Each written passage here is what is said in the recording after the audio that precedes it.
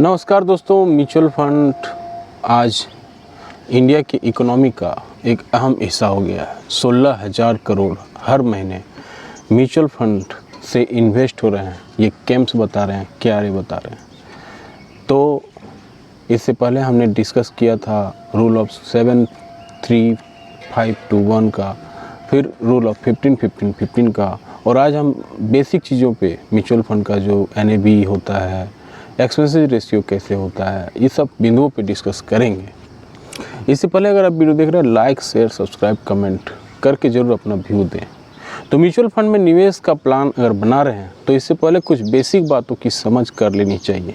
इससे आपकी अपनी ज़रूरत, जोखिम और लक्ष्य के मुताबिक निवेश का फैसला करने में आपको मदद मिलेगा। म्यूचुअल फंड में निवेश पर भी बाजार के उतार चढ़ाव का भी असर होता है, इसलिए अपनी जोखिम उठाने की क्षमता को देखते हुए निवेश का फैसला करना चाहिए। लॉन्ग टर्म में म्यूचुअल फंड में निवेश बनाए रखने पर कंपाउंडिंग का फ़ायदा मिलता है। जानते हैं म्यूचुअल फंड्स के बुनियादी टर्म्स के बारे में। एक होता है SIP और एक लमसम।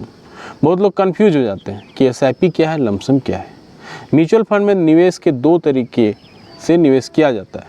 एक होता है कि आप किसी फंड में एक मुश्त, जिसको लमसम बोलते हैं, पैसा लगा दें। दूसरा तरीका होता है SIP का है। SIP यानी सिस्टमेटिक इन्वेस्टमेंट प्लान। इसमें रेगुलर मंथली इन्वेस्ट करना होता है आपको। हर दिन, हर महीने आपको इन्वेस्ट करना होता है। कोई कोई डेली भी करते हैं। SIP के जरिए 100 रुपये से भी निवेश शुरू किया जा सकता है। लॉन्ग टर्म के लिए SIP में निवेश करने से कंपाउंडिंग का फ़ायदा मिलता है। अगर फंड में NAV लगातार बढ़ता है तो SIP के बजाय एक मुश्त निवेश आपको ज़्यादा फ़ायदा दे सकता है। फिर होता है ओपन एंडेड और क्लोज एंडेड। क्या होता है ये ओपन एंडेड और क्लोज एंडेड? म्यूचुअल फंड में निवेश का फैसला करने से पहले इस बारे में ज़रूर जान लें कि ओपन एंडेड वो फंड होते हैं जिनमें कभी भी निवेश करके कभी भी आप अपना राशि को प्राप्त कर सकते हैं, कभी भी उन्हें बेच सकते हैं। जबकि क्लोज एंडेड फंड में ऐसा नहीं है। क्लोज एंडेड फंड को केवल AMC से न्यू फंड ऑफर के दौरान खरीद सकते हैं। साथ ही इसे मैच्योरिटी पर ही रिडीम किया जा सकता है। उदाहरण के तौर पे एक ALSS फंड होता है जो कभी भी आप ऐसे उसको खरीद सकते हैं, लेकिन आप बेचेंगे 3 साल बाद ही बिकेगा। अगर आप कोई SIP उसमें लगा दिया है तो उसके लिए तो हर 3 साल के बाद ही पैसा निकलेगा, यानी हर महीने के बाद ही पैसा निकलेगा। उसको ALSS बोलते हैं। उसमें आपको टैक्स सेविंग होता है। तो बहुत लोग इस तरह का SIP कर लिए हैं और फिर बोलते हैं कि मेरा रिडीम नहीं हो रहा है, पैसा नहीं निकल रहा है। निकलेगा नहीं जब तक 3 साल, जो अभी इस महीना लगाए हैं, जब तक उसका 3 साल पूरा नहीं होगा वो नहीं निकलेगा। तो इसलिए कभी भी सोच समझ के इन्वेस्ट करें, इस सब चीज़ बिंदुओं पे ध्यान रख के। एक होता है डायरेक्ट प्लान, एक रेगुलर प्लान। इसका मतलब समझना आपके लिए ज़रूरी है क्योंकि इसका असर आपकी लागत पर पड़ता है। रेगुलर प्लान में डिस्ट्रीब्यूशन कमीशन शामिल होता है। तो जो आप पैसा लगाते हैं उसमें कमीशन लेता है कंपनी, तो उसको रेगुलर प्लान बोलते हैं। और जिसमें रेगुलर प्लान में जिसमें कमीशन नहीं होता है उसको डायरेक्ट प्लान बोलते हैं। तो रेगुलर प्लान में डिस्ट्रीब्यूशन कमीशन शामिल होता है। ये कमीशन फंड वैल्यू के 0.5% से 1% या इससे भी ज़्यादा हो सकता है। यह रकम हर साल डिस्ट्रीब्यूटर को देनी होती है। यही डायरेक्ट स्कीम आप सीधे कंपनी से लेते हैं, इसलिए उसमें डिस्ट्रीब्यूटर कमीशन शामिल नहीं होता है। तो टैक्स लगता है या नहीं, ये चीज़ भी जान लेना चाहिए कि टैक्स लगता है कि नहीं। तो म्यूचुअल फंड में निवेश पर मिलने वाला रिटर्न भी टैक्स के दायरे में आता है।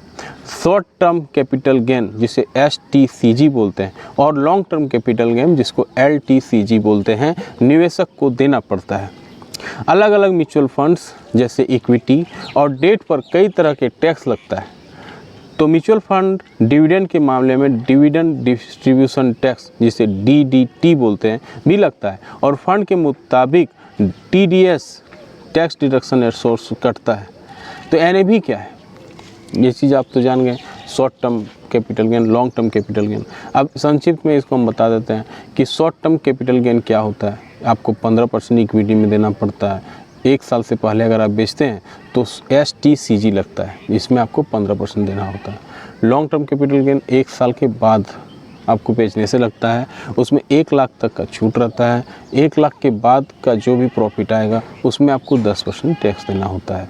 उदाहरण के लिए अगर आपका प्रॉफिट 1 साल के बाद 2 लाख रुपए है, 1 लाख रुपये आपको छूट मिलेगा, 1 लाख का आपको टैक्स देना होगा, वो 10%। तो आपको 10,000 रुपये टैक्स देना पड़ेगा अगर 2 लाख का प्रॉफिट हुआ है तो। अब आते हैं NAV के बारे में कि NAV क्या है। म्यूचुअल फंड्स में निवेश पर आपको NAV नेट एसेट वैल्यू को समझ लेना चाहिए। नेट एसेट वैल्यू दरअसल म्यूचुअल फंड्स की यूनिट वैल्यू है। इस एक फॉर्मूले के आधार पर इसे निकाला जाता है। तो म्यूचुअल फंड्स जो जितने भी डिस्ट्रीब्यूटर हैं, जितने भी जो लगा रहे हैं पैसा, निवेशक जिसे इन्वेस्टर बोलते हैं, उसको एक रेट दिया जाता है जिसे NAV बोलते हैं। वो 10 रुपये का शुरुआती पे होता है। उसके बाद धीरे धीरे मार्केट जैसे जैसे बढ़ता है, जैसे जैसे गिरता है, उस हिसाब से बढ़ता है और गिरता है। कोई कोई म्यूचुअल फंड का NAV अभी 1000 भी हो गया है, किसी का 10 रुपये भी है, किसी का 20 रुपये भी है। तो आप कोई भी म्यूचुअल फंड्स में लगा सकते हैं। NAV बढ़ा हो या गिरा हो उससे आपको असर नहीं है, कोई ज़्यादा फ़र्क नहीं पड़ता है।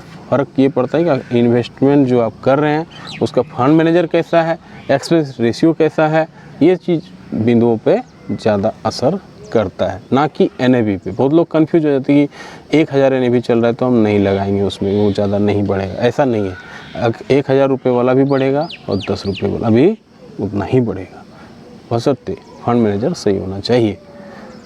तो मिलते हैं आपसे अगले वीडियो में। कैसा लगा ये जानकारी, लाइक शेयर सब्सक्राइब कमेंट करके जरूर अपना पक्ष रखें। मिलते हैं आपसे अगले वीडियो, तब तक के लिए जय हिंद, वंदे मातरम।